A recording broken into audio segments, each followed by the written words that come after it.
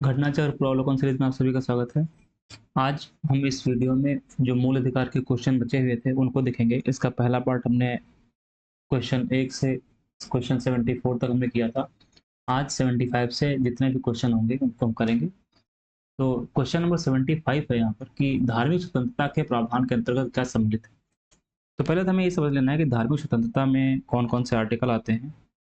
तो article 25 to 28, 25 से 28 के बीच में, 25 से 28 तक जो अनुच्छेद हैं, आर्टिकल हैं, वो इसमें आते हैं। अनुच्छेद 25 क्या कहता है? अनुच्छेद 25 कहता है कि अंतःकरण अंतःकरण और किसी भी धर्म को मानने और प्रचार करने की स्वतंत्रता है। अनुच्छेद 26 का कहता है धार्मिक कार्यों का प्रबंधन की स्वतंत्रता। अनुच्छेद 27 किसी विशिष्ट धर्म की अभिवृद्धि के लिए कर संबंधी स्वतंत्रता। और अनुच्छेद 28 क्या है? सरकारी शिक्षण संस्थानों में धार्मिक शिक्षा नहीं दी जा जाएगी तथा धर्म विशेष के कार्यक्रम में सम्मिलित होने के लिए बाध्य नहीं है। तो यहाँ पर क्वेश्चन ये जो है, ये क्वेश्चन कहता है कि धार्मिक स्वतंत्रता के अधिकार के प्रावधान के अंतर्गत क्या क्या शामिल है। तो देखिए, पहली चीज क्या है? पहली है कि धर्म प्रचार करने का अधिकार। अभी हमने देखा कि कोई भी धर्म अपना प्रचार कर सकता है। दूसरा इसका स्टेटमेंट है सिखों को कृपाण धारण करने एवं रखने का अधिकार, ये भी स्वतंत्रता प्राप्त है। राज्यों को समाज सुधारक विधि निर्माण का अधिकार, ये भी अधिकार है। यहाँ पे धार्मिक निकायों को लोगों को धर्म परिवर्तन कराने का अधिकार, ये अधिकार नहीं दिया गया है। देखिए, धर्म परिवर्तन में दो बातें समझ लीजिएगा। पहली बात यह है कि धर्म परिवर्तन किया जा सकता है, किया जा सकता है, बशर्ते वो अंतरात्मा से हो। अंतरात्मा से होने का मतलब क्या है? कि अगर किसी व्यक्ति का अपना धर्म परिवर्तित करने की अंतरात्मा से आवाज आती है, इसका इच्छा है, तो परिवर्तित कर सकता है। लेकिन जबरन जबरन नहीं कराया जा सकता, नहीं कराया जा सकता। जबरन का मतलब है कि पैसे का लालच दिखाकर, डरा कर, धमका कर उस तरीके से धर्म परिवर्तन नहीं कराया जा सकता है। तो किसी व्यक्ति की अगर इच्छा होती है धर्म परिवर्तन करने की, एक धर्म से दूसरे धर्म में जाने की, तो कर सकता है। लेकिन उसे जबरदस्ती या किसी लालच में लालच देकर परिवर्तन नहीं कराया जा सकता। इसलिए इसका जो आंसर होगा वो आंसर होगा इसका ए। 1 2 3 4 नहीं है। अब यहाँ पर जितने भी क्वेश्चन आगे हैं, क्वेश्चन 75 से 80 तक, वो सब क्वेश्चन इसी से जुड़े हुए हैं, मतलब कि इसी अनुच्छेद से जुड़े हुए हैं, धार्मिक स्वतंत्रता से जुड़े हुए हैं 80 तक। देखिए, अगला क्वेश्चन क्या कहता है? संविधान के किस अनुच्छेद के अंतर्गत सिखों द्वारा कृपण कृपाण धारण करना और धार्मिक स्वतंत्रता का अंग माना गया है? तो अनुच्छेद 25 के अंतर्गत इसको ऐसा माना गया है। 24 क्या है? ये हमने कल देखा था। तो अनुच्छेद 24 में जो बाल श्रम है, बाल श्रम को प्रतिबंधित किया गया है। बाल श्रम को प्रतिबंधित किया गया है, यानी कि जो शोषण के विरुद्ध अधिकार है उसमें ये किया गया है। कारखानों आदि में बालकों की नियोजन का प्रतिशत किया गया है। 26-27 मैंने अभी आपको बताया। 25 का संबंध किससे है? धर्म की स्वतंत्रता से। तो 25 का संबंध किससे है? धर्म की स्वतंत्रता से है। समानता का अधिकार आपने पढ़ा था कि आर्टिकल 14 में है, 14 में है। संपत्ति का अधिकार तो हमने इसको शुरुआत में ही बताया था, पिछले वाली वीडियो में, जब वीडियो स्टार्ट किया था पार्ट 1, उसमें बताया था। जो संपत्ति का अधिकार है, पहले फंडामेंटल राइट्स होता था, फंडामेंटल राइट्स था, लेकिन इसको हटा दिया गया और 44th कॉन्स्टिट्यूशन अमेंडमेंट 1978 यानी 1978 में जब 44वां संविधान संशोधन हुआ, तो इसको आर्टिकल 300A में रख दिया गया। और पार्ट कौन सा है? पार्ट 12। तो प्रेजेंट टाइम में ये फंडामेंटल राइट नहीं है। वर्तमान में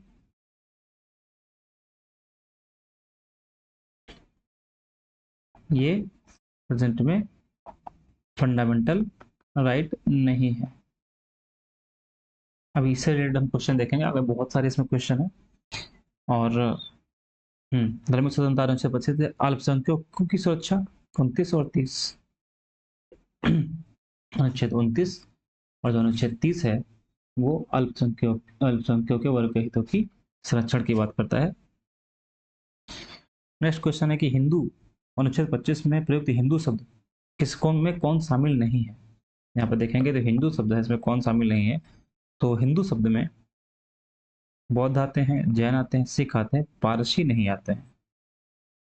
ठीक है, पारसी नहीं आते हैं।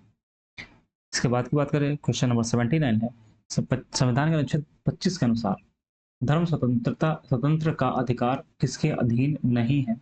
तो मानववाद के अधीन नहीं है। अब यहां पर समझ लीजिएगा एक बात कि जो अनुच्छेद 25(1) है, इसमें कहा गया है कि लोक व्यवस्था, सदाचार और स्वास्थ्य के उपबंधों के अधीन रहते हुए सभी व्यक्तियों को अंतःकरण की स्वतंत्रता का और धर्म के आबाद रूप से मानने का, आचरण करने का और प्रचार करने का समान अधिकार होगा। लेकिन वहां पर कंडीशन क्या है कि उसमें लोक व्यवस्था होनी चाहिए, लोक व्यवस्था, सदाचार और स्वास्थ्य। ठीक है, ये बदलने का मानववाद नहीं है। क्वेश्चन नंबर 80 है, आर्टिकल 26 के बारे में, कि धार्मिक कार्यों के प्रबंध की स्वतंत्रता पर क्या प्रतिबंध लगाया है। देखिए, प्रतिबंध लगाने की बात है इसमें, तो शिक्षा तो प्रतिबंध लगाएगा नहीं, तो इसका ये जो तीसरा वाला ये तो नहीं होगा। तो इसमें तीन तीन कहाँ पे है, यहाँ पर है और यहाँ पर है, तो इसका आंसर ये तो नहीं होगा।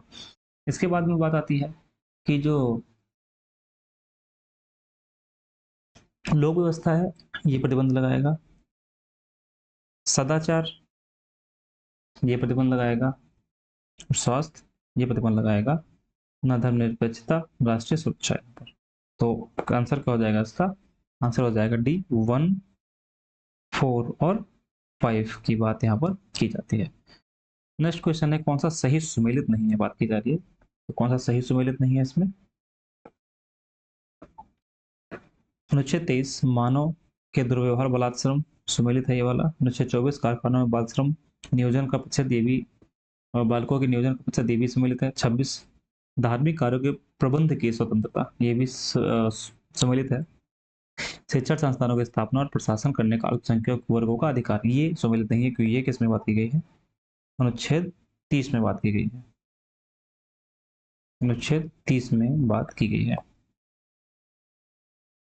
30 में बात की। तो 29 में क्या है, तो अनुच्छेद 29 में है अल्पसंख्यक वर्गों के हितों के संरक्षण से संबंधित है। और अनुच्छेद 30 क्या है, अल्पसंख्यकों के शिक्षण संस्थानों की स्थापना और प्रशासन से संबंधित है। दोनों में अंतर याद रखिएगा, जो 29 है वो अल्पसंख्यक वर्गों के हितों के संरक्षण से है, और जो 30 है वो अल्पसंख्यकों को शिक्षा संस्थानों की स्थापना और प्रशासन के अधिकार को देता है। नेक्स्ट क्वेश्चन फिर से है कि कौन सा सुमेलित नहीं है, उसका आंसर क्या था, डी आंसर था, ये वाला इसका आंसर था। कौन सा सुमेलित नहीं है ये बात की जा रही है, तो इसमें पहला तो सुमेलित है, फिर अल्पसंख्यक वर्ग के हितों की बात की जा रही है, ये भी सुमेलित है। संवैधानिक उपचारों का अधिकार ये भी सम्मिलित है। शिक्षण संस्थाओं की स्थापना का तथा प्रशासन करने का अधिकार अनुच्छेद 31 में नहीं है, अनुच्छेद 30 में है। इसलिए इसका आंसर क्या होगा, आंसर डी होगा। क्वेश्चन नंबर 83 है कि भारतीय संविधान का कौन सा अनुच्छेद अल्पसंख्यकों को अपनी मनपसंद शिक्षण संस्थाओं को स्थापित एवं संचालित करने का अधिकार, अनुच्छेद 30 हमने आपको बताया था। 29 भी अभी बताया था, 26 भी बता चुके हैं, और 19 तो हमने कल डिस्कस कर लिया था। 84 क्वेश्चन नंबर कहता है, भारतीय संविधान के निम्नलिखित में से किस अनुच्छेद में यह व्यवस्था की गई है कि सभी अल्पसंख्यकों को अपनी रुचि की शिक्षण संस्थान। तो देखियो, शिक्षण संस्थान की बात कर रहा है कि जो अल्पसंख्यक है अपने शिक्षण संस्थान किस अनुच्छेद के तहत खोल सकते हैं, अनुच्छेद 30 के तहत। नेक्स्ट क्वेश्चन की बात करते हैं। अगला क्वेश्चन है कि भारतीय संविधान कथन कारण वाला है कि भारतीय संविधान का अनुच्छेद 30 अल्पसंख्यक वर्ग को परिभाषित नहीं करता। ये स्टेटमेंट सही है कि जो भारतीय संविधान है उसमें अल्पसंख्यक शब्द का वो परिभाषित नहीं किया गया है। और आर क्या है, संविधान केवल भाषाई और धार्मिक अल्पसंख्यक वर्ग को मान्यता देता है। इसका आर भी सही, मतलब आर में बोला गया है कि जो संविधान है वहां पर दो तरीके के अल्पसंख्यक बताए गए हैं, भाषाई और धार्मिक। तो ए और आर दोनों सही है, लेकिन इसकी व्याख्या नहीं की जा रही, इसलिए बी आंसर होगा इसका। अगली बात करते हैं, अगला क्वेश्चन है कि भारतीय संविधान मान्यता देता है, तो अभी हमने बात की है भारतीय संविधान किन अल्पसंख्यकों की बात करता है, धार्मिक और भाषाई। क्वेश्चन नंबर 87 की बात करते हैं। 87 क्या कहता है कि निम्नलिखित में से किसको संविधान द्वारा मौलिक अधिकारों को लागू कराने की शक्ति दी गई है, तो सर्वोच्च न्यायालय और उच्च न्यायालय, यानी बोल सकते हैं कि न्यायपालिका को यह अधिकार दिया गया है। न्यायपालिका को यह अधिकार दिया गया है। न्यायपालिका को अधिकार ये दिया गया है। अब ये बहुत इंपॉर्टेंट है, और अनुच्छेद अगर हम इसमें देखें तो जो सर्वोच्च न्यायालय, ये अधिकार सर्वोच्च न्यायालय को अनुच्छेद 32 और उच्च न्यायालय को यानी हाई कोर्ट को आर्टिकल 226 के तहत दिया है। और कल हमने बात करी थी कि आर्टिकल 13 की बात की थी कि इसमें यह बोला गया था कि कोई भी ऐसी विधि जो मूल अधिकारों का उल्लंघन करती है उसको शून्य घोषित किया जा सकता है, सुप्रीम कोर्ट या हाई कोर्ट उसको शून्य घोषित कर सकता है। ठीक है, और यही जो आर्टिकल है वो क्या करता है, ये न्यायिक पुनरावलोकन की शक्ति प्रदान करता है, जुडिशियल रिव्यू की पावर ये देता है। जुडिशियल रिव्यू की शक्ति यानी न्यायिक पुनरावलोकन की शक्ति प्रदान करता है।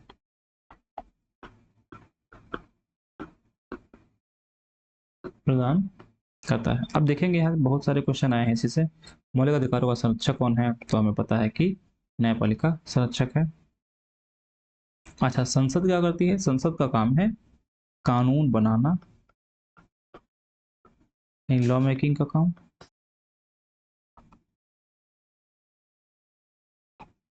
और कानून में संशोधन करना, अमेंडमेंट, संशोधन यानी अमेंडमेंट, अमेंडमेंट। और कार्यकारिणी यानी एग्जीक्यूटिव का काम क्या है, एग्जीक्यूटिव जो का जो फंक्शन है वो फंक्शन क्या है कि ये जो कानून बनाए जा रहे हैं उनको लागू कराना, लागू कराना, कानून लागू कराना। नेक्स्ट क्वेश्चन है, संविधान के अंतर्गत मूल अधिकारों का संरक्षक कौन है, तो है अभी पढ़ा सर्वोच्च न्यायालय। नेक्स्ट क्वेश्चन है कि भारतीय 90 नंबर क्वेश्चन है, भारतीय संविधान के अंतर्गत निम्नलिखित में से किसे मूल अधिकारों का संरक्षक माना जाता है, तो न्यायपालिका को। 92 तक सेम क्वेश्चन आएंगे। निम्नलिखित में से 91 क्वेश्चन नंबर है, निम्नलिखित में से किस एक नागरिकों के मौलिक अधिकारों का रक्षक, मौलिक अधिकारों का रक्षक तो भारत के संविधान का अभिभावक कहते हैं, तो इसका आंसर क्या होगा, उच्चतम न्यायालय। नेक्स्ट क्वेश्चन यहाँ पर है कि कौन सा सही नहीं है, सही नहीं है। तो इसमें क्वेश्चन है क्या मुंशी संविधान का प्रारूप बनाने वाली समिति के एक सदस्य थे, सही है। फिर क्वेश्चन इसमें संविधान सभा द्वारा भारतीय संविधान को स्वीकार किया गया, ये स्वीकार किया गया 26 नवंबर 1949 को जब बनकर रेडी हो गया। बलवंत राय मेहता समिति की रिपोर्ट 1957 द्वारा पंचायती राज को संस्तुत की गई, ये भी बिल्कुल सही है। और संविधान के अंतर्गत मूल अधिकारों का संरक्षक भारत का राष्ट्रपति है, ये गलत है क्योंकि भारत का राष्ट्रपति नहीं है, ये इसका आंसर होगा, स्टेटमेंट ये होगा, गलत है ये स्टेटमेंट क्योंकि ये राष्ट्रपति नहीं है, यहाँ पर कौन है, तो जुडिशरी, मतलब कि न्यायपालिका, न्यायपालिका। 93 नंबर की बात करते हैं, क्वेश्चन नंबर की बात करते हैं, इसमें क्या कहा गया है कि किस भारतीय संविधान के अनुच्छेद 32 के अंतर्गत प्रवर्तित किया जा सकते हैं, तो किसको प्रवर्तित किया जा सकता है, तो मौलिक अधिकार को, आर्टिकल 32 में और आर्टिकल 226 में, अनुच्छेद 32 में और अनुच्छेद 226 के तहत।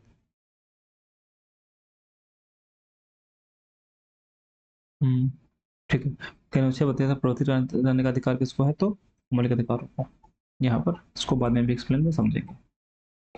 फिर अनुच्छेद 32 की बात करें तो अनुच्छेद 32 के अंतर्गत सुप्रीम कोर्ट मौलिक अधिकारों को प्रवर्तित करा सकता है। नेक्स्ट क्वेश्चन देखिए कितनी बार आया हुआ है, बहुत बार क्वेश्चन है, इंपॉर्टेंट भी है ये, काफी इंपॉर्टेंट है यहाँ पर।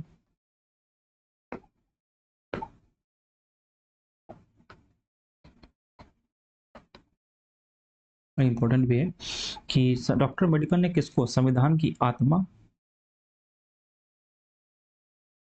कहा है? संविधान की आत्मा डॉक्टर अम्बेडकर ने किसको कहा है? संवैधानिक उपचार का अधिकार यानी आर्टिकल 32 अनुच्छेद 32 को बोला। आर्टिकल 32 अनुच्छेद 32 को बोला है। अब अनुच्छेद 32 को हम जब देखेंगे तो इसमें हम रिट के बारे में देखेंगे। रिट कौन कौन से होती है, रिट से बहुत सारे क्वेश्चन आए हैं, उनको अभी समझेंगे। तो क्वेश्चन नंबर 95 इससे जुड़ा हुआ कुछ कुछ है। तो क्वेश्चन नंबर 95 की जब बात करते हैं तो कहता है कि अनुकथन करने वाला है कि संविधान के अनुच्छेद 32 को डॉक्टर अम्बेडकर ने इसकी आत्मा कहा है। बिल्कुल सही बात, आत्मा कहा है। क्यों उन्होंने कहा है? क्योंकि इन्होंने बोला है कि आर क्या है, रीजन क्या है इसका, कि अनुच्छेद 32 मौलिक अधिकारों के अतिक्रमण के विरुद्ध प्रभावी उपचार का प्रावधान करता है। तो डॉक्टर अम्बेडकर ने अनुच्छेद 32 को इसीलिए बोला था, ये संविधान की आत्मा है, कि अगर सब मूल अधिकारों का अतिक्रमण होता है, उल्लंघन होता है, तो उसको प्रभावी कराया जा सकता है अनुच्छेद 32 के थ्रू। तो ये इसका व्याख्या भी कर रहा है और दोनों स्टेटमेंट सही भी हैं। क्वेश्चन नंबर 96 भी कुछ इससे जुड़ा हुआ है। 96 नंबर क्वेश्चन है कि भारत के संविधान के किस अनुच्छेद के अंतर्गत भारत का उच्चतम न्यायालय नागरिकों के मूल अधिकारों के प्रवर्तन के लिए विभिन्न रिट इशू कर सकता है? तो यहाँ पर किसकी बात की जा रही है? यहाँ पर सुप्रीम कोर्ट की बात की जा रही है। यहाँ पर सुप्रीम कोर्ट की बात की जा रही है, उच्चतम न्यायालय। तो उच्चतम न्यायालय जो रिट इशू करता है वो आर्टिकल 32 के थ्रू रिट करता है, अनुच्छेद 132 के थ्रू करता है। लेकिन हाईकोर्ट जो रिट इशू करता है तो किसमें करता है? अनुच्छेद 226 के थ्रू हाईकोर्ट रिट जारी करता है, जारी करता है। और यहीं पर अगर हम आर्टिकल 33 की बात करें तो आर्टिकल 33 कहता है कि सशस्त्र बलों एवं मूल अधिकार की बात की गई है। जो सशस्त्र बल है और मूल अधिकार, यहाँ पर बात की गई है कि जो सशस्त्र बल है उनके मूल अधिकारों को सीमित किया जा सकता है, संसद एक विधि बनाकर इनके अधिकारों को सीमित कर सकती है। ठीक है, अगला यहाँ पर जो क्वेश्चन है, क्वेश्चन नंबर 97 है कि निम्नलिखित में से किस एक प्रालेख को किसी व्यक्ति की स्वतंत्रता का महानतम रक्षक माना जाता है? तो बंदी प्रत्यक्षीकरण। अब यहाँ पर रिट के क्वेश्चन स्टार्ट हो गए हैं और रिट के क्वेश्चन हम देखेंगे 97 से लेकर के 104 तक, 104 तक। तो सबसे पहले हम रिट को ही समझ लेते हैं कि इतना इंपॉर्टेंट है। तो रिट में कितनी टाइप की रिट होती हैं, उनको उसमें सुप्रीम कोर्ट, हाई कोर्ट के पास में क्या क्या राइट्स हैं, उन सब के बारे में हम डिस्कशन यहाँ पर कर लेते हैं। देखिए यहीं पर देख लेते हैं कि जो रिट है,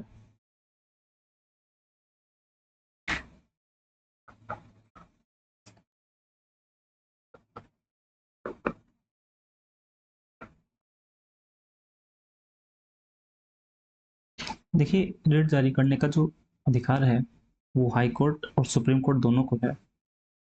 तो पहले समझते हैं रिट कितने प्रकार की होती है। रिट 5 प्रकार की होती है। पहली बंदी बंदी प्रत्यक्षीकरण, बंदी प्रत्यक्षीकरण।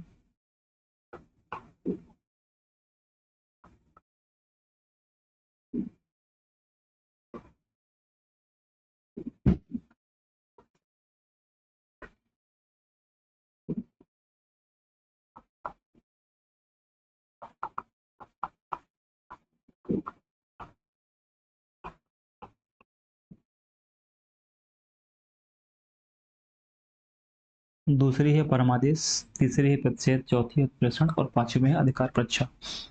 बंदी प्रत्यक्षीकरण को बोलते हैं हेबियस कॉर्पस, परमादेश को बोलते हैं मैंडेमस, प्रतिषेध को बोलते हैं प्रोहिबिशन, उत्प्रेषण को बोलते हैं सर्टरी और अधिकार परीक्षा को बोलते हैं कि वारंटो। अब यहाँ पर क्या होता है, बंदी प्रत्यक्षीकरण का जो मतलब है वो है bring the body,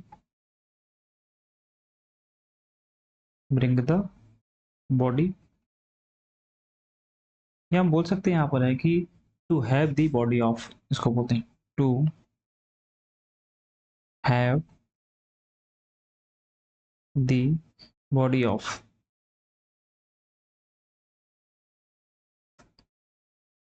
to have the body of, body of. ऐसे ही जो परमादेश है, परमादेश को हम बोलते हैं we command, we command.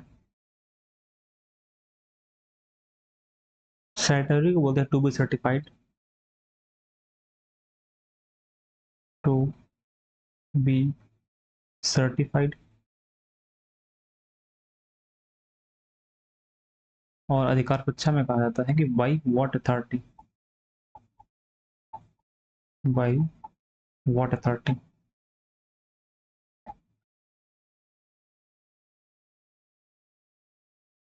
By what authority. ये जो ब्रिंग द बॉडी है, अब यहाँ पर हमें एक बात समझनी है कि किसको जारी हो सकती है। अच्छा, कौन जारी कर सकता है, पहले हम डिस्कशन इस पे कर लें। तो ये जो जारी करने का अधिकार है वो सुप्रीम कोर्ट के पास में भी है और हाई कोर्ट के पास भी है।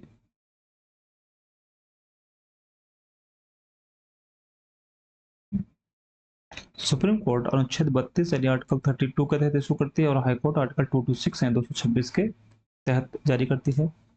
दोनों में अंतर जो है वो इस बात का है कि सुप्रीम कोर्ट सिर्फ और सिर्फ फंडामेंटल राइट्स के लिए जारी कर सकती है, सिर्फ फंडामेंटल राइट्स के संदर्भ में।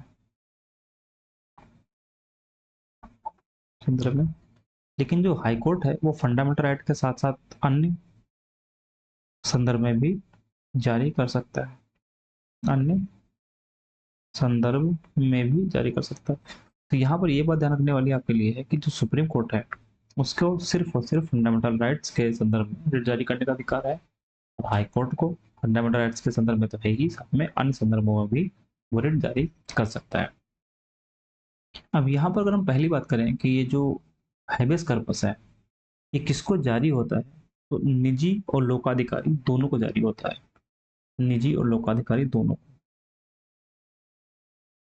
पब्लिक और प्राइवेट, निजी और लोकाधिकारी दोनों को जारी हो सकता है।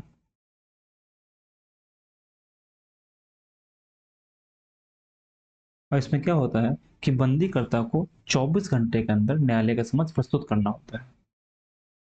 किसी को बंदी बना लिया गया है तो बंदीकर्ता को 24 घंटे के अंतर्गत, 24 घंटे के अंतर्गत न्यायालय के समक्ष, न्यायालय के समक्ष प्रस्तुत करना होता है, प्रस्तुत करना होता है। परमादेश का मतलब क्या है, वी कमांड, मतलब कि हम आदेश देते हैं और हम जब आदेश देते हैं तो इसमें क्या होगा, इसको आदेश देते हैं तो ये लोकाधिकारी को आदेश देते हैं, प्राइवेट को आदेश नहीं देते हैं, हम आदेश देते हैं। इसका मतलब है आदेश देते हैं। और किसको आदेश देते हैं, तो निजी को नहीं आदेश देते हैं, लोकाधिकारी को आदेश देते हैं। निजी को आदेश नहीं देते हैं, लोकाधिकारी को आदेश देते हैं। और लोकाधिकारी में भी जो प्रेसिडेंट और गवर्नर है उसको नहीं, और किसको, ऐसे लोग जो अपने दायित्वों का निर्वहन नहीं कर रहे हैं उनको, अपने दायित्व, अपने दायित्वों का निर्वहन न करने पर, दायित्वों का निर्वहन न करने पर। इसके बाद आता है प्रतिषेध यानी प्रोहिबिशन, और प्रोहिबिशन के साथ साथ में आता है आपका सेटोरी। देखिए ये किसको इशू होता है, तो ये दोनों इशू होते हैं, कार्यपालिका विधायिका और न्याय, निजी को नहीं। इसको होते हैं तो न्यायपालिका, न्यायिक और अर्धन्यायिक संस्थाएं, और अर्धन्यायिक, इनको इशू होता है। और इसमें बोला जाता है कि ये जो संस्था है इनके विरुद्ध होगा। इसमें क्या होता है कि पहले वाला जो है उसका क्षेत्राधिकार, मतलब इन दोनों में अगर कोई, इन दोनों मतलब न्यायिक और अर्धन्यायिक जो संस्थाएं हैं ये अपने क्षेत्राधिकार का उल्लंघन करती हैं तो ही इशू होता है। क्षेत्राधिकार का उल्लंघन करने पर। तो दोनों में अंतर क्या है? अंतर इस बात का है कि जो पहला वाला है मतलब कि जो प्रोहिबिशन है, ये चलती हुई कार्रवाई को बीच में रोक देता है। चलती हुई कार्रवाई को बीच में रोकना, चलती हुई कार्रवाई को बीच में रोकना। और उत्प्रेषण क्या होता है, यानी कि सटर्नी क्या होता है? कार्रवाई के बाद पूरे निर्णय पर, यानी कार्रवाई के बाद, कार्रवाई के बाद या पूरे निर्णय पर। अब इसके बाद आता है by water, by what authority, authority किस अधिकार से? तो जब कोई लोक अधिकारी जो होता है वो किसी सार्वजनिक पद पर गलत तरीके से पहुंच जाता है तो, और लोक अधिकारी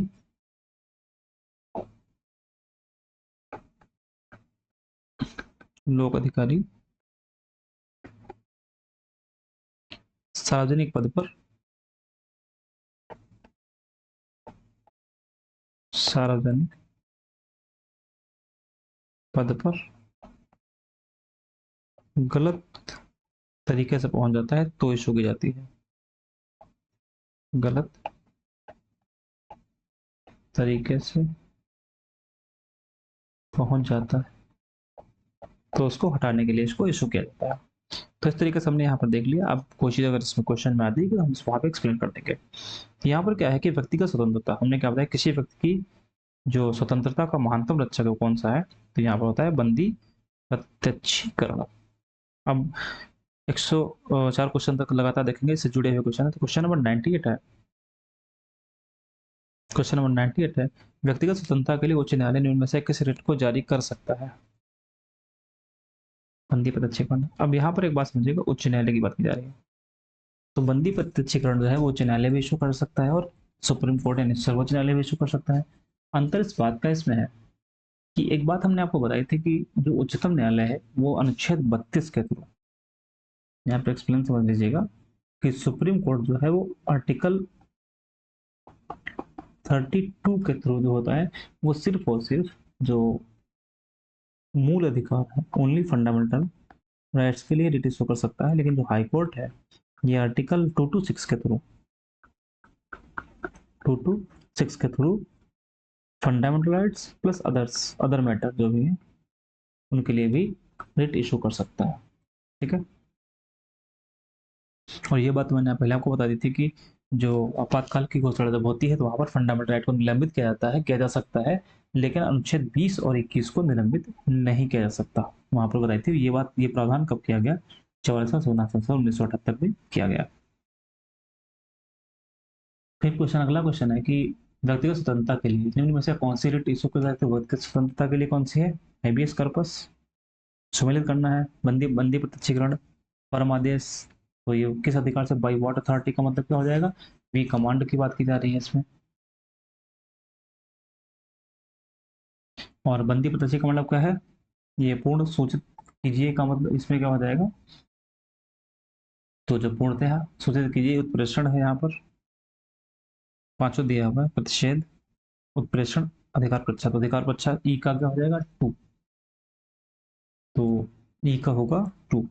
यहाँ पर दो है ऑप्शन, तो इसका सही आंसर क्या होगा? सी। ये जो यहाँ पर लिखा हुआ है इसको आप याद कर लीजिएगा, हमने आपको अभी समझाया, बहुत इंपॉर्टेंट है। यहाँ से क्वेश्चन जरूर बनता है, मिलाने के लिए भी बन जाता है कभी कभी इस तरीके से। तो बंदी प्रत्यक्षीकरण का मतलब क्या है? हैबेस कॉर्पस का मतलब क्या है? हमें शरीर चाहिए। परमादेश का मतलब हम आदेश देते हैं। प्रतिषेध का मतलब क्या है? अधीनस्थ न्यायालय का लेख। और उत्प्रेषण का मतलब है पूर्णतः सूचित कीजिए। और अधिकार परीक्षा मतलब क्या है? किस अधिकार से? By what authority. Question number 101, 101 में कौन सा सुमेलित नहीं है की बात की जा रही है? उसमें प्रतिषेध टू बी सर्टिफाइड नहीं होता, उत्प्रेषण टू बी सर्टिफाइड होता है। ये किसके लिए होता है? उत्प्रेषण के लिए, उत्प्रेषण के लिए होता है। नेक्स्ट क्वेश्चन है कि पोस्टमार्टम किसको कहा जाता है? तो यहाँ पर क्या है कि अगर पूरा एक्सप्लेनेशन देखेंगे, एक्सप्लेनेशन में बोला गया है कि उत्प्रेषण और अधिकार परीक्षा इन दोनों को पोस्टमार्टम माना जाता है। ऐसा क्यों माना जाता है? वो इसलिए कि जो उत्प्रेषण है उसमें सुप्रीम कोर्ट और जो हाई कोर्ट है, उच्च और उच्चतम न्यायालय है, वो अधीनस्थ न्यायालय के निर्णय को दोबारा री एग्जामिनेशन करता है, री एग्जामिन करता है। तो इसका मतलब है ये किस तरीके का काम हुआ, ये पोस्टमार्टम का एक काम हुआ। इसके अतिरिक्त जो अधिकार परीक्षा है, इसमें क्या होता है, इसके आधार से बाद में काम को रोक दिया जाता है और इस रिट में भी पोस्टमार्टम का भाव निहित है। तो इसमें क्या है कि इसमें आंसर इनके एक्सप्लेनेशन में सी और डी दोनों है, लेकिन कमीशन ने क्या माना है, इसका कमीशन ने आंसर माना है डी। ध्यान रखिएगा, बीपीएससी में जब भी कभी क्वेश्चन आएगा तो इसमें फिर आंसर डी हो सकता है, डी होगा कमीशन के हिसाब से, और इनके हिसाब से क्या होगा, उपरोक्त में से कोई नहीं या उपरोक्त में से एक से अधिक। ठीक है। क्वेश्चन नंबर 103, एक ऐसी याचिका जो न्यायपालिका द्वारा दायर की जाती है तथा जिसमें कार्यपालिका से कहा जाता है कि वह ऐसा कार्य करे जो उसे प्रदत्त शक्तियों के अंतर्गत करना चाहिए था, उस रिट को क्या कहते हैं? मैंडमस। ठीक है, मैंडमस। इसके बाद का जो इसके बाद में जो यहाँ पर क्वेश्चन है, अगला क्वेश्चन क्या है, 104 नंबर क्वेश्चन क्या है? 104 नंबर क्वेश्चन है, सर्वोच्च न्यायालय किसी व्यक्ति या संस्था, किसी व्यक्ति अथवा संस्था को उसके उत्तरदायित्व हेतु निर्वहन हेतु लेख जारी करता है, उसे क्या कहते हैं? तो उसको कहते हैं परमादेश, हम आदेश देते हैं। अब सम्मिलित करना है, अनुच्छेद 16(2), 29(2), 30(1) और 31(1). थोड़ा सा छोटा कर देता हूँ। तो अनुच्छेद 16(2) क्या कहता है? 16(2), किसी भी व्यक्ति को कानून के प्राधिकार के सिवाय उसकी संपत्ति से वंचित नहीं किया जाएगा। किसी भी व्यक्ति के साथ उसके वंश, धर्म अथवा जाति के आधार पर सार्वजनिक नियुक्ति के मामले में भेदभाव नहीं किया जा सकता। सभी अल्पसंख्यकों को, चाहे वे धर्म के आधार पर हो या भाषा के आधार पर हो, अपनी पसंद की शैक्षणिक संस्थाएं स्थापित करने और उन्हें संचालित करने का मौलिक अधिकार होगा। और 4 नंबर में है, किसी भी नागरिक को धर्म, वंश, जाति, भाषा इनमें से किसी भी आधार पर राज्य द्वारा संपोषित अथवा राज्य से सहायता प्राप्त करने वाली किसी भी शैक्षणिक संस्था में प्रवेश से वंचित नहीं किया जाएगा। तो अनुच्छेद 31(1) जो है उसमें यहाँ पर क्या बोला गया है, तो इसको किससे मिलाएंगे हम? पहले वाले से मिलाएंगे, और इसको 2 से मिलाएंगे, और बी को 4 से मिलाएंगे, और जो सी वाला उसको 3 से। यहाँ पर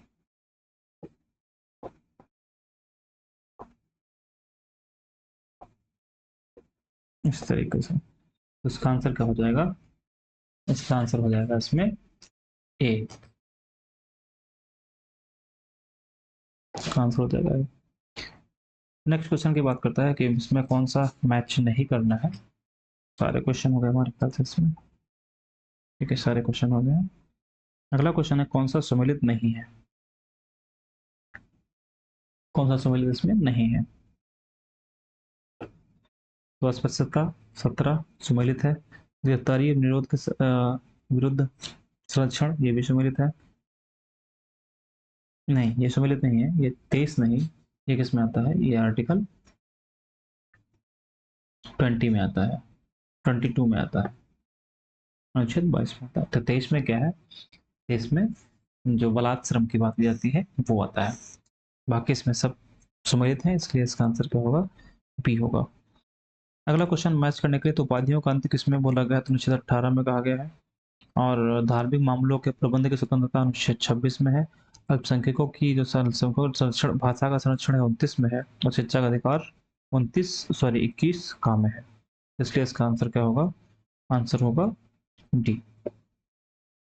नेक्स्ट क्वेश्चन की बात करनी है भी मैच करने के लिए, कि मौलिक कर्तव्य कब जोड़े गए हैं? तो 42वां संविधान संशोधन 1976, 1976।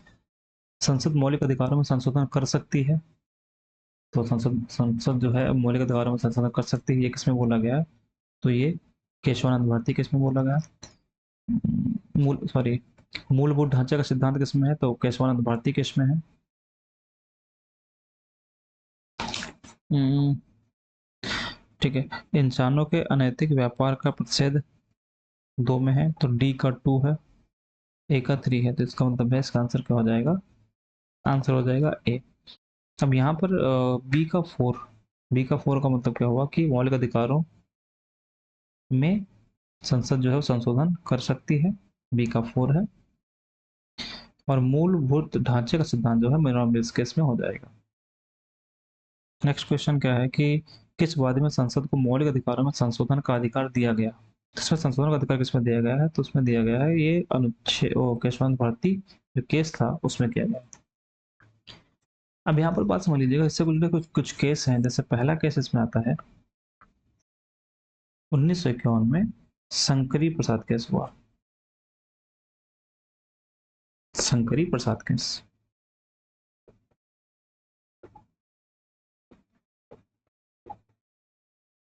और 1965 में सज्जन सिंह, सज्जन सिंह। तो इसमें बोला गया कि जो मूल अधिकार है, फंडामेंटल राइट्स हैं, में संशोधन हो सकता है, संशोधन हो सकता है। लेकिन उसके बाद में फिर 1967 में 1967 में गोलकनाथ केस हुआ। गोलकनाथ जो केस था उसमें बोला गया कि फंडामेंटल राइट्स में संशोधन नहीं हो सकता, संशोधन नहीं हो सकता, इसमें बात बोली गई। लेकिन उसके बाद जो बहुत फेमस केस है 1973 का केशवानंद भारती, केशवानंद भारती जो केस था, इसमें बोला गया कि संशोधन तो हो सकता है लेकिन संशोधन को सीमित कर दिया गया। किस चीज में सीमित किया गया? संशोधन हो सकता है लेकिन क्या कर दिया गया? सीमित कर दिया गया। मतलब यहाँ पर यह हुआ कि इस केस में सुप्रीम कोर्ट ने निर्णय दिया कि पार्लियामेंट नहीं, संसद संविधान में संशोधन कर सकती है और किसी भी जगह पर संशोधन कर सकती है, कहीं पर भी संशोधन कर सकती है, लेकिन उसको बेसिक स्ट्रक्चर यानी कि जो मूलभूत ढांचा है उसको ध्यान रखना पड़ेगा। मूलभूत ढांचा, मूल ढांचा बोल सकते हैं या मूलभूत ढांचा बोल सकते हैं, बेसिक स्ट्रक्चर, उसको ध्यान में रखना होगा कि उसका उल्लंघन ना हो। तो यहाँ पर एक और क्वेश्चन बनता है कि मूलभूत ढांचा यानी बेसिक स्ट्रक्चर, मूल जो ढांचा है, इस यह किस वाद में बोला गया, किस केस में हुआ, मतलब बताया गया इसके बारे में? तो केशवानंद भारती। अच्छा, इसके बारे में एक बात और समझ लीजिएगा कि जो बेसिक स्ट्रक्चर है, मूलभूत ढांचा है, ये बेसिक स्ट्रक्चर का पढ़ले उसमें जो कॉन्स्टिट्यूशन है वहां पर कहीं भी इसकी व्याख्या नहीं है। जो कॉन्स्टिट्यूशन है उसमें कहीं पर व्याख्या नहीं है। इसको टाइम टाइम पर जो सुप्रीम कोर्ट है उसने इसको व्याख्या किया हुआ है, एक्सप्लेन किया हुआ, तो उसके हिसाब से बताता रहता है बेसिक स्ट्रक्चर में कौन चीजें आएंगी कौन चीजें नहीं आएंगी। नेक्स्ट क्वेश्चन आता है इसमें कि जो हमने आपको बताया भी कि जो मूलभूत मूल संरचना यानी बेसिक स्ट्रक्चर कहाँ पर है, इसका केस किस केस से संबंध है? तो केशवानंद भारती 1973 में, 1973।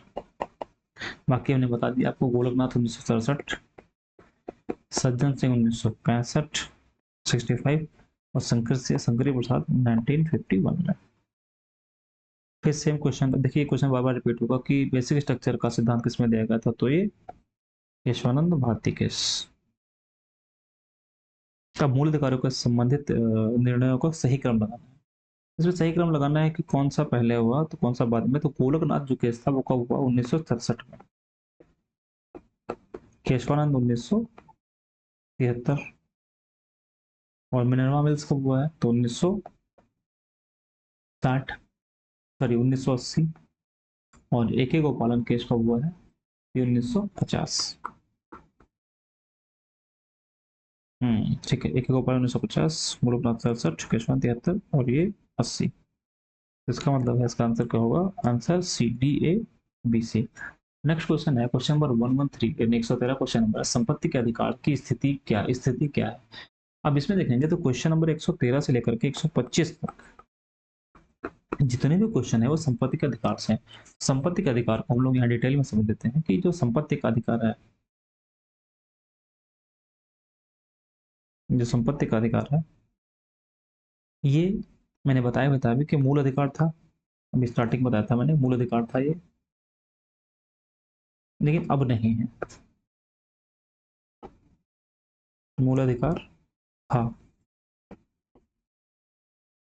मूल अधिकार था, और इसको 44वें संविधान संशोधन 1978 में मूल अधिकार से हटा दिया गया, और वर्तमान में कहाँ पर है, तो वर्तमान में ये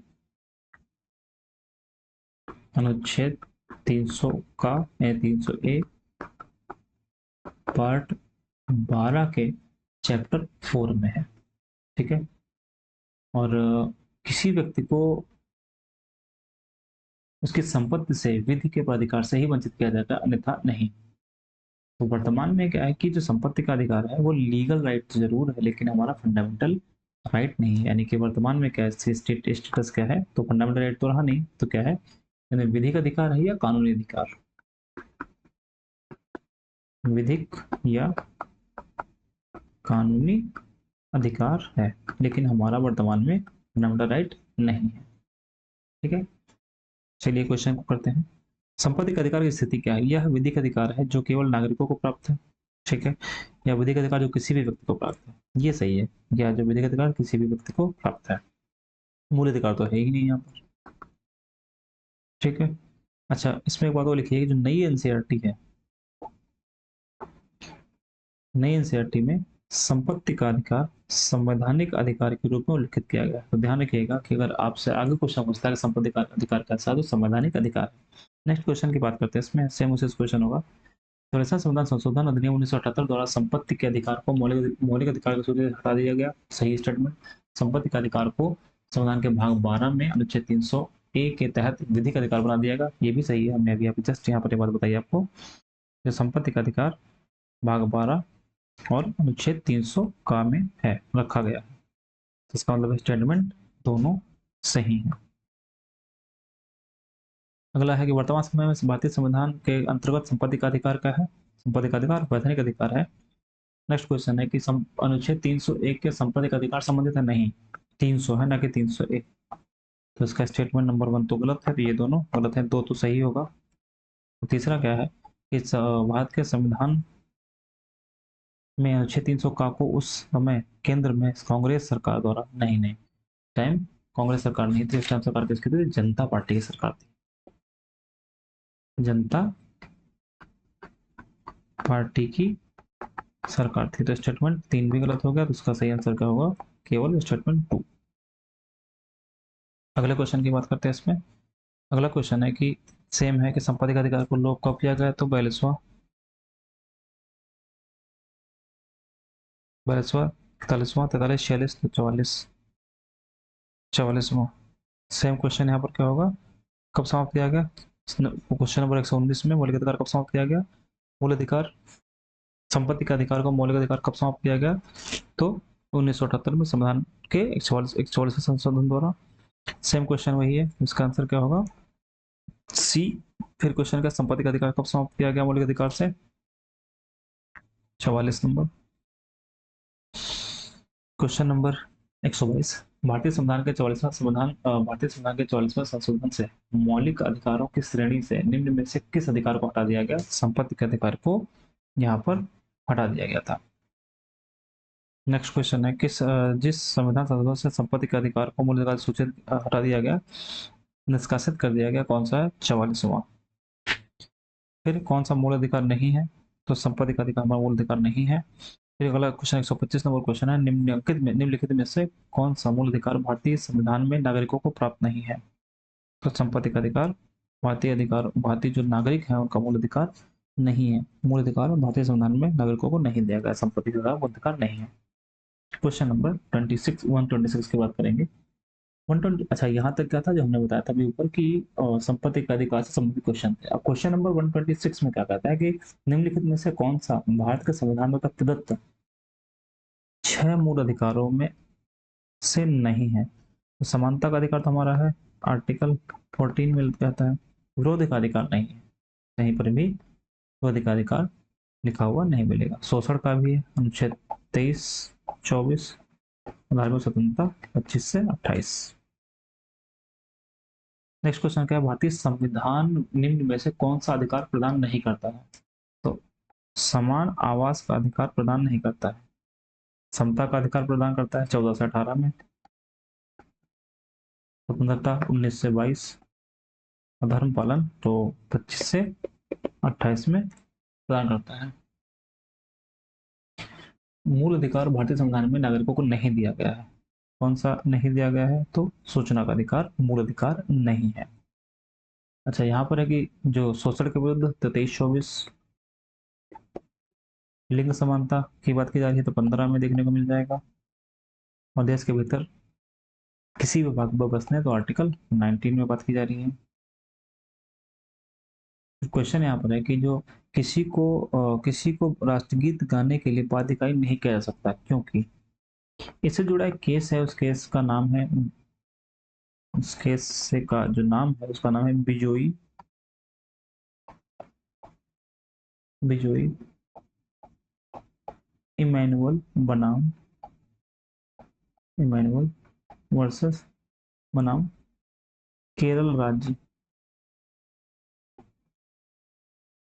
इस केस में सुप्रीम कोर्ट ने बोला था कि, यहाँ पर लिखा भी है, इस केस में सुप्रीम कोर्ट ने बोला था, सुप्रीम कोर्ट का जो डिसीजन है वो था, किसी को भी राष्ट्रीय गीत गाने के लिए बाध्य नहीं किया जा सकता यदि उसका धार्मिक विश्वास ऐसा करने की अनुमति नहीं देता है तो। ठीक है, तो पहला इसका स्टेटमेंट क्या है, इससे वाक स्वतंत्र, अभिव्यक्ता स्वतंत्र, वाक स्वतंत्र और अभिव्यक्ति स्वतंत्र के अधिकार का उल्लंघन होगा। सही है। इससे अंतःकरण की और धर्म के अबाध रूप से आचरण और प्रचार करने की स्वतंत्रता का अधिकार उल्लंघन होगा। ये भी सही है। राष्ट्रगीत गाने के लिए किसी को बाध्य करने वाला कोई विधि का उपबंध नहीं है। ये भी सही है। इसका मतलब है इसके आंसर 1, 2 एंड 3 सही होगा। अगला क्वेश्चन 130 नंबर क्वेश्चन है कि उन मौलिक अधिकारों का चयन कर जो भारतीय नागरिकों को प्राप्त है परंतु गैर नागरिकों को नहीं। तो मैं यहाँ पे लिख देता हूँ कौन कौन से आर्टिकल हैं। अनुच्छेद 15, 16, सॉरी, हाँ, 16, 19, 29 और 30। 5 वो अनुच्छेद हैं ये जो सिर्फ और सिर्फ नागरिकों को प्राप्त है, गैर नागरिकों को प्राप्त नहीं है। तो यहाँ पर क्या है कि जो 29 है वो अल्पसंख्यकों का अधिकार है। जीवन और स्वतंत्रता का अधिकार अनुच्छेद 21 है यहाँ पर। और भाषण एवं अभिव्यक्ति कौन सा है? तो 19 है। और कानून के समझ समता कौन सा है? 14। तो हमने किसकी बात की? केवल नागरिकों को कौन सा प्राप्त है? 15, 16, 19, 29 और 30। तो यहाँ पर एक ये हो गया, एक ये हो गया, यानी कि 1 और 3। निम्न में से कौन सा मूलाधिकार विदेशियों को प्राप्त नहीं है? जो हमने आपको बताया, तो विधि के समान समता 14 है, अभिव्यक्ति 19 है, 21 है और 23 है। तो नागरिकों को कौन सा प्राप्त है? सिर्फ नागरिकों को कौन सा प्राप्त है? विदेशियों को प्राप्त नहीं है, तो बी 19।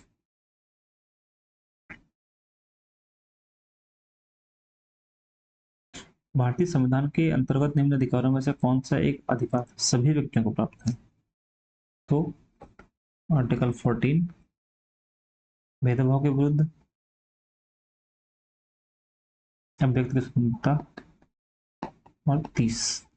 ठीक है, तो यहाँ पर भेदभाव के विरुद्ध, हाँ 15, ये 15 है, तो इसका आंसर क्या हो जाएगा? पहला। कौन सा अधिकार भारत में सभी व्यक्तियों को उपलब्ध नहीं है? विधि के समझ 14, अनुच्छेद 14,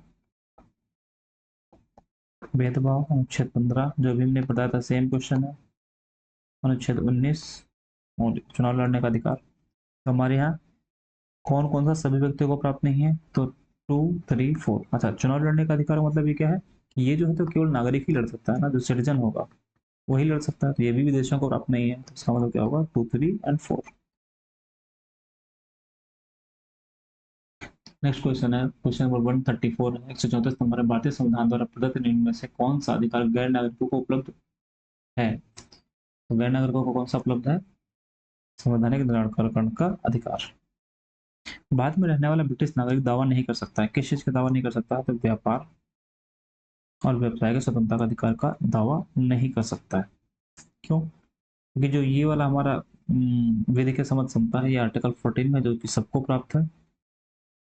जीवन और व्यक्तिगत स्वतंत्रता की सुरक्षा आर्टिकल 21 में, ये भी सबको प्राप्त है। धर्म की स्वतंत्रता आर्टिकल 25 टू 28 के बीच में, ये भी सबको प्राप्त है। नेक्स्ट क्वेश्चन है, भारत, अच्छा ये वाला किसमें है? तो आर्टिकल 19 में आता है, व्यवसाय, व्यवसाय करने का अधिकार। क्वेश्चन नंबर 136 है कि भारत के किसी धार्मिक समुदाय को यदि राष्ट्रीय स्तर पर अल्पसंख्यक वर्ग का दर्जा दिया जाता है तो वह किस या किन विशेष लाभ या लाभों का हकदार होगा? पहला स्टेटमेंट है, यह संप्रदाय समुदाय विशेष शहरी संस्थानों की स्थापना और संचालन कर सकता है। सही है ये। भारत के राष्ट्रपति स्वयं इस संप्रदाय समुदाय के एक प्रतिनिधि को लोकसभा में मनोनीत कर सकते हैं, कर देते हैं, ये गलत है। हमारे यहाँ जो लोकसभा है उसमें एंग्लो इंडियन को मनोनीत करने का प्रावधान किया गया था, लेकिन 2019 में 104वां संविधान संशोधन के तहत उसको समाप्त कर दिया गया, तो ये नहीं होगा। और यह समुदाय प्रधानमंत्री के 15 पॉइंट कार्यक्रम के तहत के लाभ प्राप्त कर सकता है। सही है, इसका आंसर क्या होगा? 1 एंड 3। नेक्स्ट क्वेश्चन, मधुआ मजदूर उन्मूलन अधिनियम संसद ने कब पारित किया? 1976 में। एक बात समझ लीजिएगा, इसका जो अध्यादेश है, वो अध्यादेश 25 अक्टूबर 1975 को जारी किया गया था और इसी तिथि से प्रभावी हुआ था, लेकिन इसके स्थान बाद में बंधुआ मजदूरी बंधुआ मजदूरी प्रथा उन्मूलन अधिनियम 1976 ले लिया, जिसका उद्देश्य बंधुआ श्रमिकों को मुक्त कराना ही नहीं, उनके पुनर्वास की व्यवस्था भी करना था। नेक्स्ट क्वेश्चन की बात करते हैं कि जोखिम भरे उद्योगों में बाल श्रम का उपयोग निषिद्ध किया गया है, किसमें कहा गया है? तो ये संविधान में भी कहा गया है, सर्वोच्च न्यायालय ने एक डिसीजन में भी कहा है, और संयुक्त राष्ट्र के चार्टर में भी कहा गया है। इसका मतलब है, इसका आंसर क्या होगा? आंसर डी होगा। नेक्स्ट क्वेश्चन है कि बिना कर्तव्य के उसी प्रकार जैसे बिना परछाई के, तो अधिकार बिना कर्तव्य के उसी प्रकार जैसे मनुष्य बिना परछाई के। क्वेश्चन नंबर 140, भारत के संदर्भ में निम्नलिखित में से कौन सा अधिकारों और कर्तव्यों के बीच सही संबंध है?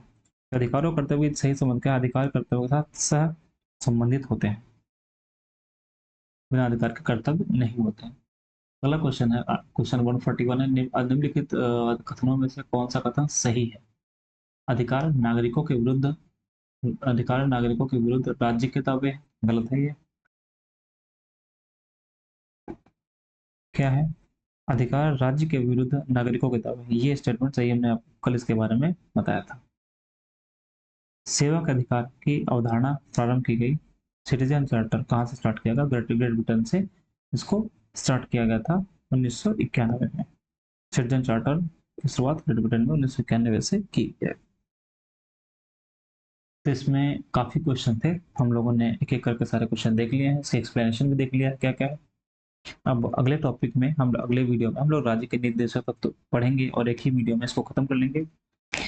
फंडामेंटल राइट्स का जो क्वेश्चन, ये जो चैप्टर था, इससे बहुत सारे क्वेश्चन एग्जाम में आते हैं। आपने देखा कि अभी तक जितने भी चैप्टर पढ़े हैं उन चैप्टर्स में से सबसे ज्यादा क्वेश्चन पूछा गया वो फंडामेंटल राइट से पूछा गया। इसलिए आप जिस भी एग्जाम की तैयारी कर रहे हैं उसमें फंडामेंटल राइट्स को बहुत अच्छे से तैयार कर लीजिए, जिसमें आप रेट को तैयार कर लीजिए। रेट को तैयार करने के साथ साथ में फंडामेंटल राइट्स में कितने प्रकार हैं, कितने टाइप के फंडामेंटल राइट्स, कौन कौन से फंडामेंटल राइट्स हैं और उनकी क्या क्या विशेषताएं, उनके बारे में पढ़ लीजिए और साथ में इनके आर्टिकल जरूर याद कर लीजिए। मिलते हैं अगले वीडियो में। कैसा लगा वीडियो जरूर बताइएगा। बहुत बहुत धन्यवाद।